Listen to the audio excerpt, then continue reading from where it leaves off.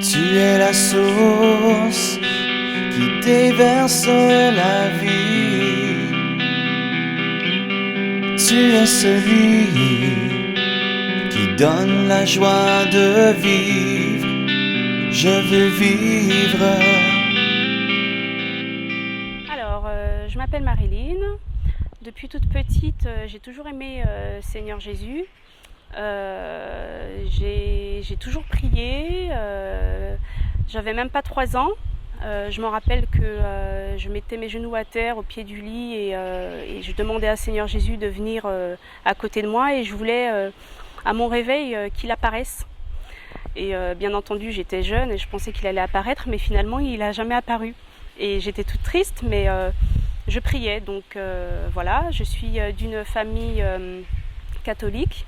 Donc je connaissais déjà le Notre Père à 3 ans. Je le répétais sans cesse. Et voilà, donc j'ai grandi dans la foi catholique. J'ai toujours recherché le Seigneur. Et à un moment donné, en grandissant, comme tout le monde, on a fait des bêtises et on s'est un peu éloigné de la voie. Et un beau jour, je priais toujours, même en étant un peu folle dans ma tête, je priais toujours.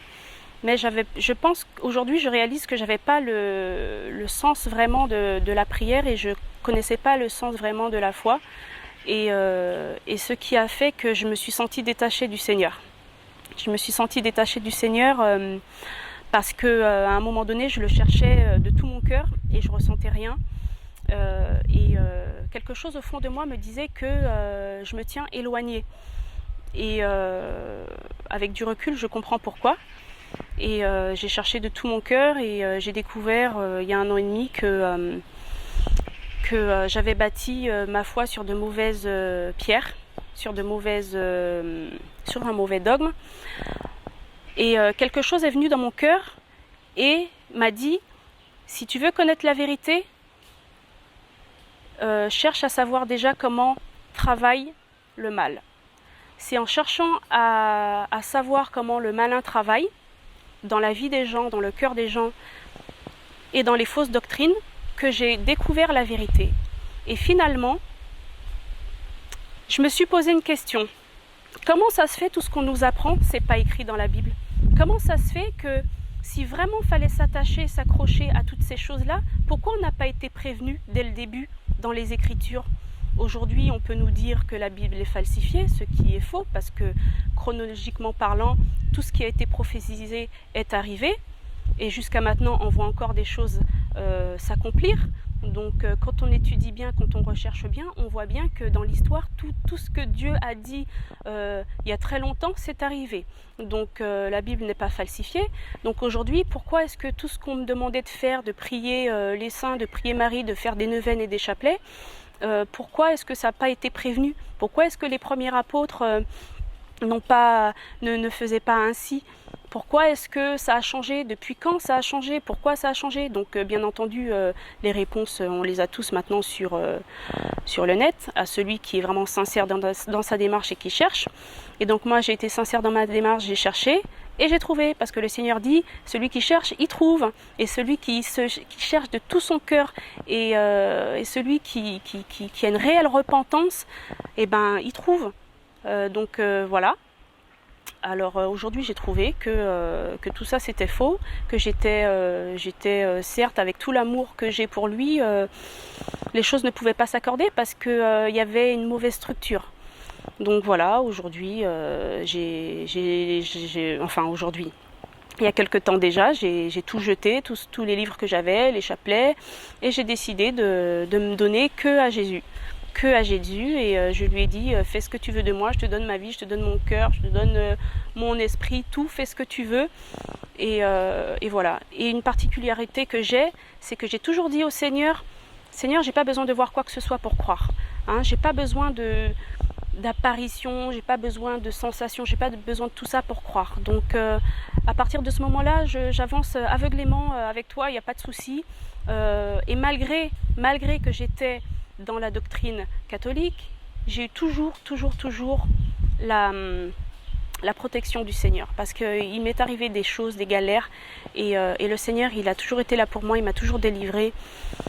Et voilà, donc aujourd'hui, je suis totalement à lui, voilà, donc convertie, et je marche dans ce chemin-là, et j'encourage toute personne qui a encore des doutes ou des craintes à se donner entièrement à Jésus, et que Jésus, parce qu'il n'y a que ce nom-là qui a été donné parmi les hommes, par lequel nous devions être sauvés, Jésus-Christ.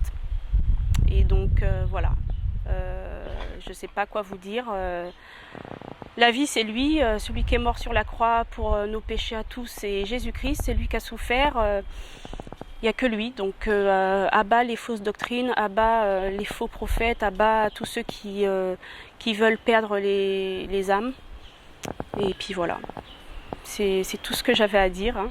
Et j'en aurais plus, mais je ne trouve pas les mots maintenant. Mais c'est très très très important de le savoir, parce que c'est un réel danger.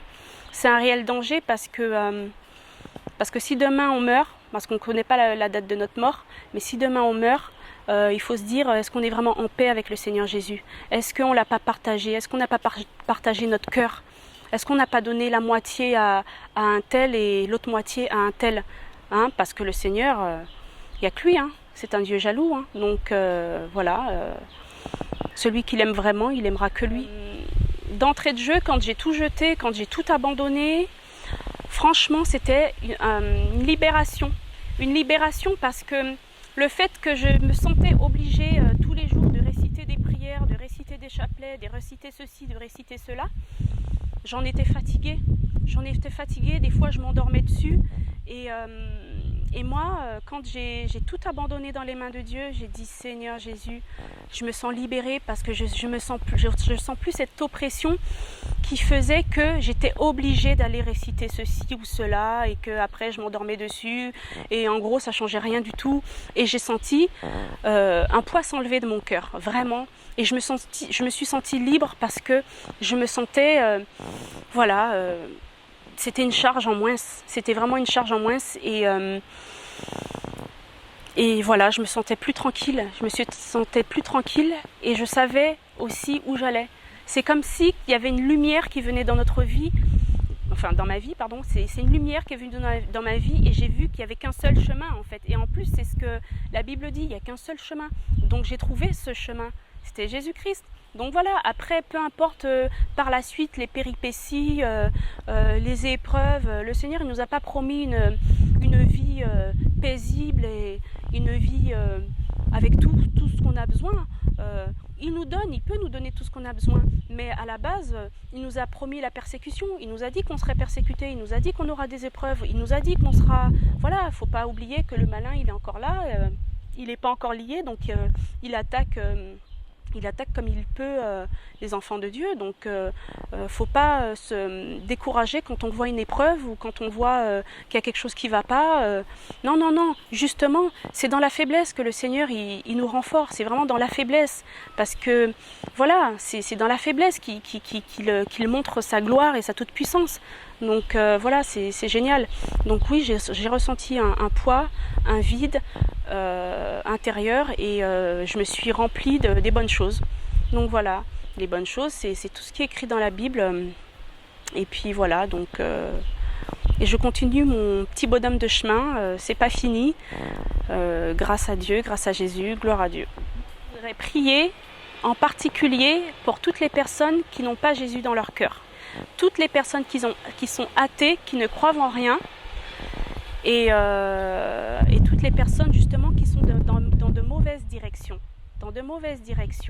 Parce que être dans de mauvaises voies, ça passe encore, parce que le Seigneur, il nous ramènera tous. On a été dans des mauvaises voies avant, mais à partir du moment qu'on ne connaît pas Jésus, c'est grave. Donc moi, je voudrais qu'on prie pour les personnes qui ne croient pas en Dieu, qui ne croient pas en Jésus, ou qui sont dans de fausses doctrines. Donc les fausses doctrines, ça ébranle beaucoup. Et voilà, donc moi j'ai une particularité pour les personnes qui ne connaissent pas le Seigneur et qui n'ont pas cette foi. C'est très important, parce que la foi, c'est la vie, et voilà, c'est super important. C'est super important de donner sa vie à Jésus, c'est super important de sortir de ce qu'il n'a pas enseigné, et c'est super important de faire coûte que coûte suivre ses voies. C'est très important. Que Dieu nous aide. Oh,